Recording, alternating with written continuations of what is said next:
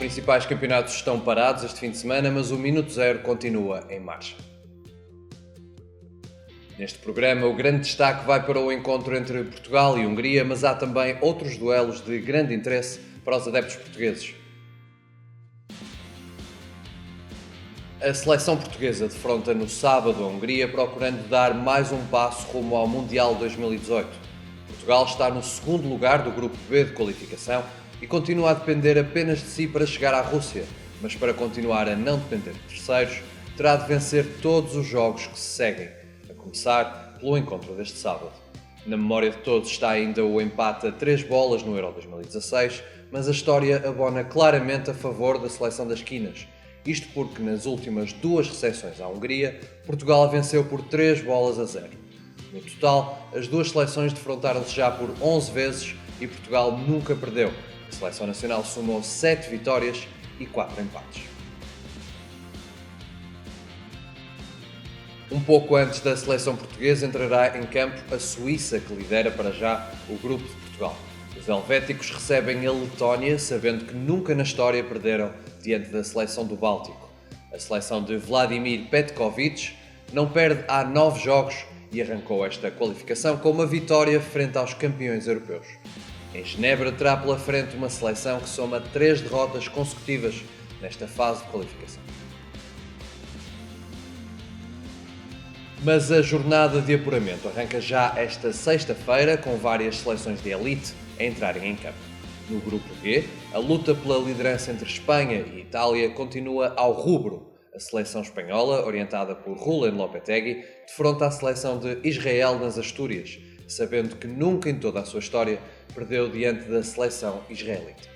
Além disso, a equipa espanhola ainda não perdeu desde que Julen Lopetegui assumiu o comando de La Roja.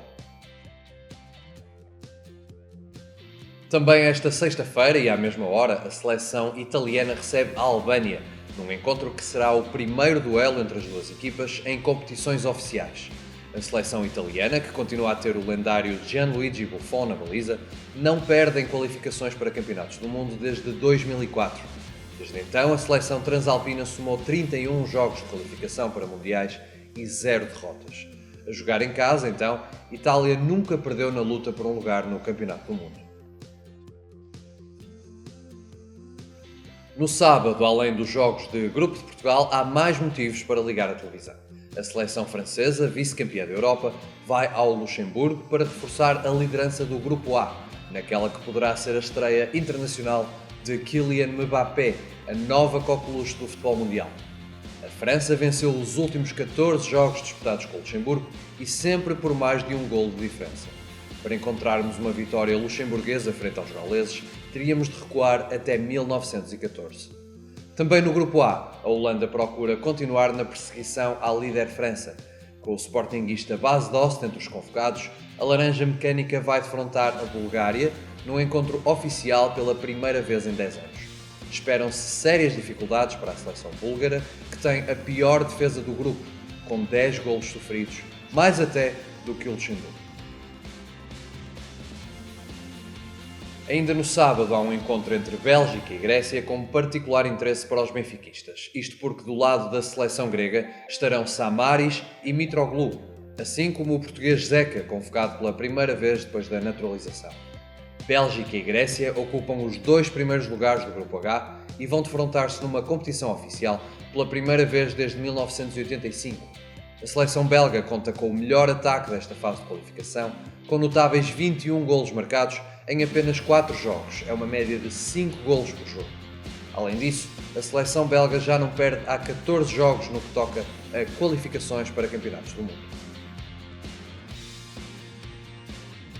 No domingo entrará em campo a seleção inglesa, que ainda não sofreu qualquer golo nesta fase de apuramento.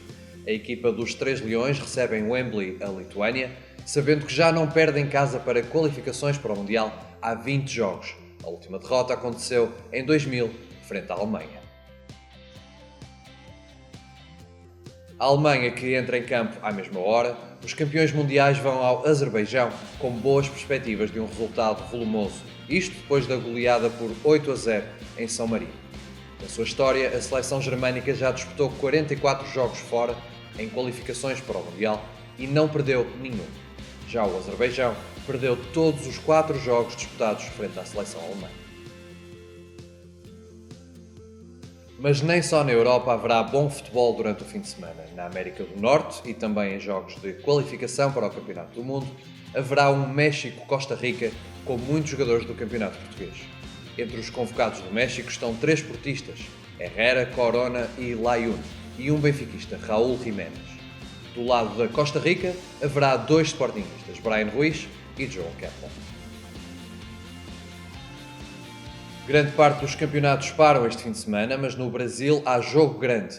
O São Paulo recebe o Corinthians para um duelo escaldante da cidade de São Paulo. E os encontros entre as duas equipas têm ficado marcados pelo equilíbrio.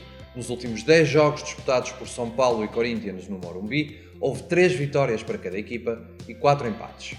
E agora é a altura dos remates da semana. Ao ângulo, o Futebol Talks, a segunda edição do evento organizado pela Federação Portuguesa de Futebol, foi um sucesso e trouxe a Portugal grandes figuras do desporto rei. Os presidentes da FIFA e da UEFA, assim como o treinador Leonardo Jardim e o antigo jogador Roberto Carlos, passaram pelo Estoril para um evento que fez do Centro de Congressos o ponto nevrálgico do futebol mundial. De recarga, a despedida de Lukas Podolski da seleção alemã.